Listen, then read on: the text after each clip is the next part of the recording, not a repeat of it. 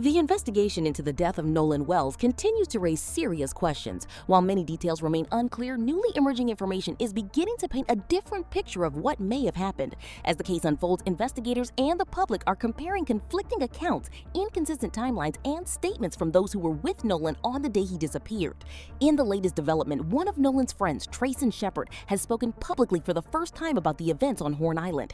During his statement, Shepard revealed that he was the individual seen in the viral video recorded on the island and confirmed that he was the person heard shouting in the footage. His comments have added another layer to the investigation as authorities continue working to determine exactly what happened during Nolan's final hours.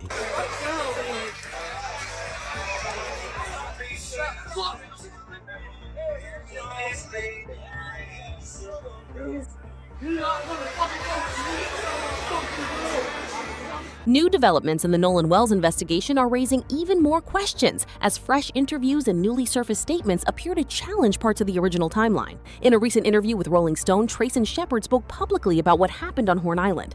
Shepard admitted that an argument broke out after someone commented on a dispute between him and his girlfriend. According to him, the exchange quickly escalated into a physical confrontation. Shepard explained that after the fight began, his uncle, who helped raise him, told him to get out of the water and return to the family boat so they could leave. Although he initially listened, Shepard said he changed his mind once he reached the boat and wanted to go back because his friends were still involved in the confrontation. Around that time, another person on a nearby boat recorded the now viral video from Horn Island. Shepard acknowledged that he was the individual heard yelling in the footage and said he wanted to continue the fight because he felt the situation had not been resolved. However, Shepard's interview introduced another important detail. He stated that Nolan Wells was still in the water nearby during the incident, but was outside the camera's frame. Shepard also rejected online claims that the person seen in the video was Nolan, explaining that Nolan was much taller and never appeared on camera. These comments have drawn attention because they appear to conflict with earlier reports that claim Nolan was last seen around 3 p.m. According to Shepard, Nolan was still with the group around 3:30 p.m. and remained nearby when the confrontation occurred shortly after 4 p.m. If accurate, that timeline differs from previous accounts given to investigators. Additional questions have also emerged from statements made by people connected to the case. Earlier public comments indicated that the group left the island around 4:30 p.m. because their boat was taking on water and experiencing mechanical problems. Those statements also claim that Nolan chose to remain on the island and planned to return later with another group. Meanwhile, messages that later surfaced on social media appear to describe the events differently. In those messages, it was claimed that Nolan was repeatedly asked to board the boat before it departed, but decided to stay behind.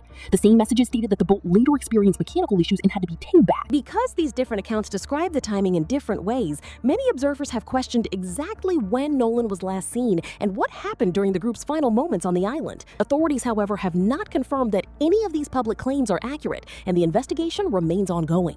Another social media post, reportedly written by a relative of a young woman Nolan had been speaking with, suggested that Nolan was talking with her shortly before the boats left the island. According to that account, everyone believed Nolan would eventually board the boat he originally arrived on, while the young woman safely returned with a different group. These statements have led to widespread speculation online about whether Nolan may have attempted to reunite with his friends before they departed. At this stage, however, there is no official evidence confirming that theory, and investigators have not publicly endorsed that explanation. Another point that continues to attract attention is the Coast Guard's involvement. Public reports indicate that a call concerning Nolan was made to the Coast Guard around 11 p.m. on July 4.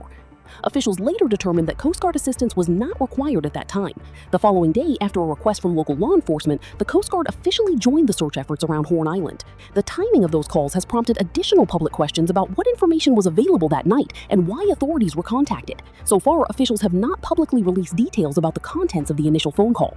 Over the weekend, another rumor circulated online after a photo was falsely claimed to show Nolan attending a pool party on the night he disappeared. Shepard later clarified that the photograph was actually taken on June 27, more than a week earlier. Reports indicated that available metadata supported that earlier date. Separate social media rumors also alleged that Nolan had been assaulted at the party before being returned to the island. Those claims have not been substantiated. Nolan's mother has publicly stated that the individual spreading those allegations was not a close friend of Nolan and had never spoken with her, contradicting those online claims. As the investigation continues, many important questions remain unanswered. Authorities are still reviewing the available evidence, and many people are awaiting the results of multiple autopsies and the completion of the official investigation. Until investigators release their final findings, many of the theories circulating online remain unverified speculation rather than established fact.